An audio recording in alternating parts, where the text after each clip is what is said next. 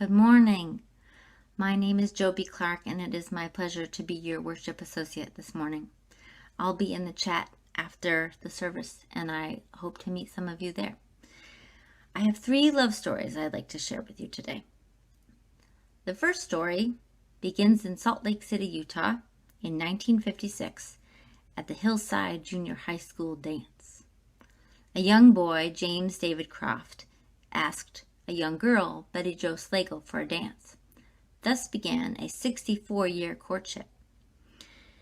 My aunt and uncle married 8 years later on July 2nd, 1964.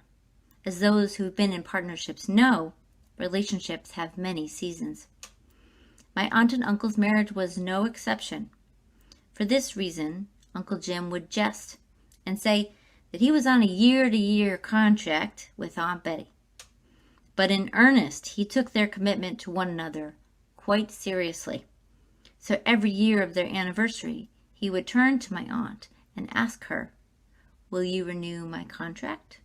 And every year, she chose to renew her contract. By asking his partner this question, my uncle was consciously renewing his own commitment to her and hers to him. In the second love story, the date is June 6, 1970, and my parents, Susan Croft and Jonathan Bernstein, are standing before loved ones on a Rocky Mountain garden, exchanging their wedding vows. Over the next 13 years, my parents created a family. They were devoted to one another and worked hard to nurture the community that they'd built. Yet the challenges their relationship endured proved insurmountable. With tremendous heartache and pain, they chose to end their marriage. It was devastating for both of them, and they began to navigate child custody hearings. But upon learning that the lawyers they'd retained had a personal vendetta for one another, my parents settled the custody arrangement on their own, outside of court. "Why would we foul our own nest?" my mother said to me. Not everyone can do this, but they chose love. On what would have been their 50th wedding anniversary, my dad called my mom last year to celebrate, and I quote, "the fine family we've built." A family that is still very much intact, although encompassing a much wider circle. Over this past year, we have all had relationships to navigate. Those with parents, with our children, our neighbors, our colleagues, our communities of faith, our partners. And this past year has made me think more deeply about my own commitments. So the third story brings us to today, March 28th, 2021. And it is about who I live with. And let me tell you, we are a hot mess.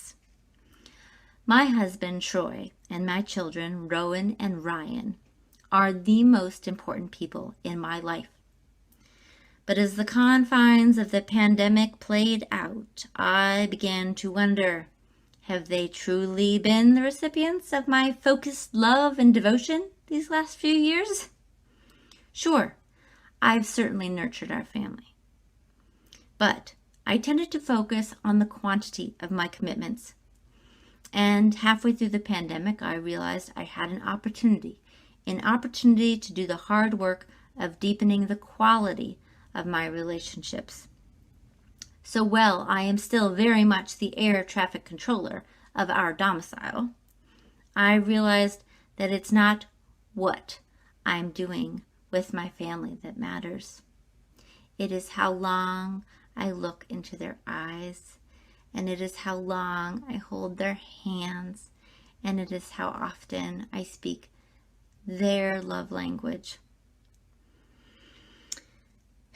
What matters most, especially in the moments of craziness and chaos, which are all the time, is the lesson my parents taught me. A love story is not necessarily a romantic one. A love story is what unfolds in the seconds and minutes of our day. It is unfolding any time and anywhere that we renew our commitment to love.